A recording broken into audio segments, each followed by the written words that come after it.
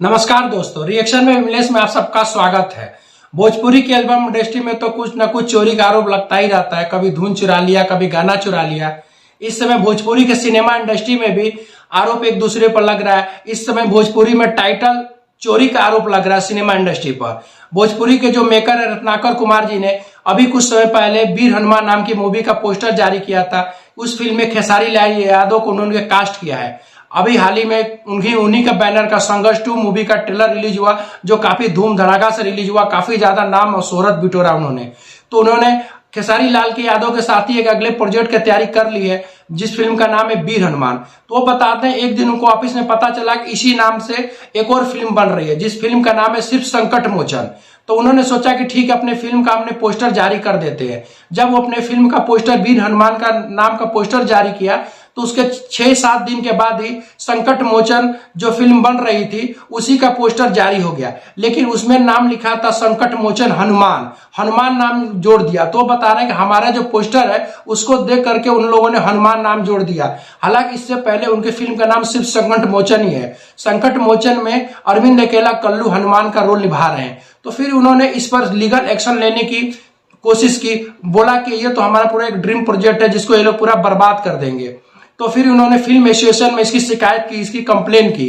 तो अब तो ये मामला पूरा कोर्ट में चला गया है। अगर ये मामला सच साबित होता है तो जो संकट मोचन के जो मेकर्स है उनके ऊपर लीगल कार्रवाई हो सकती है, उनको सजा भी हो सकती है, लाखों का जुर्माना भी दिया जा सकता है। इस फिल्म से जुड़े अरविंद अकेला कल्लू है, उनके ऊपर भी कुछ ना कुछ एक्शन आ सकता है। ऐसा होना भी चाहिए, क्योंकि अगर कोई अपने किसी का ड्रीम प्रोजेक्ट है, कोई इस नाम से अपना नाम रजिस्टर्ड करवा दिया है, तो फिर इसी नाम से दूसरी फिल्म बनाना ये तो गलत बात है। हालांकि इसके जो मेकर है रत्नाकर कुमार जी, वीर हनुमान के जो मेकर है, वो बता रहे हैं कि हमने इस नाम का 2 साल पहले ही रजिस्ट्रेशन करवा लिया था।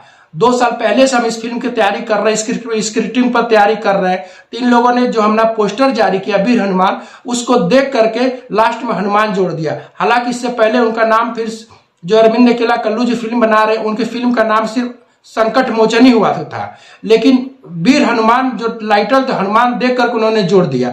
अब देखना यही बाकी है कि आने वाले समय में और क्या हो सकता है। अगर ये मामला कोर्ट में चला गया तो सचमुच में बहुत ज्यादा प्रॉब्लम आ सकती है संकट मोचन जो मूवी बनाने वाले मेकरों के ऊपर, क्योंकि उनको सजा के साथ साथ लाखों का जुर्माना भी देना पड़ जाएगा। देखना बाकी एक आगे रत्नाकर कुमार जो वीर हनुमान के जो मेकर है, आगे और कौन कौन से एक्शन लेते हैं, क्या क्या करते हैं, अब तो आने वाले समय पर ही पता चलेगा। और वीर हनुमान जो मूवी है, जो बता रहे हैं रत्नाकर कुमार जी के 2 साल से इसके कहानी पर, स्क्रिप्टिंग पर मेहनत कर रहे हैं, इसके डायलॉग पर मेहनत कर रहे हैं। अब ये इसका तो केवल अनाउंसमेंट पोस्टर ही जारी किया है। अब ये फिल्म कब बनती है, कब शूटिंग होता है, कब इसका टीजर आएगा, कब ट्रेलर आएगा, कब रिलीज होगा, ये तो आने वाले समय में बताया जाएगा। क्योंकि अगर सही तरीके से इस फिल्म को बनाया जाए तो ये भोजपुरी की सबसे बड़ा ड्रीम प्रोजेक्ट है, और सबसे बड़ी और सबसे महंगी फिल्म बनेगी, और सबसे ज्यादा कमाई करने वाली मूवी बन जाएगी। क्योंकि हम सोच सकते हैं कि इस हनुमान का जो रोल खेसारी लाल यादव जी निभा रहे हैं तो वो कैसे लगेंगे। एक मतलब आदमी सपने में ही सोच सकता है, सपने में कल्पना कर सकता है।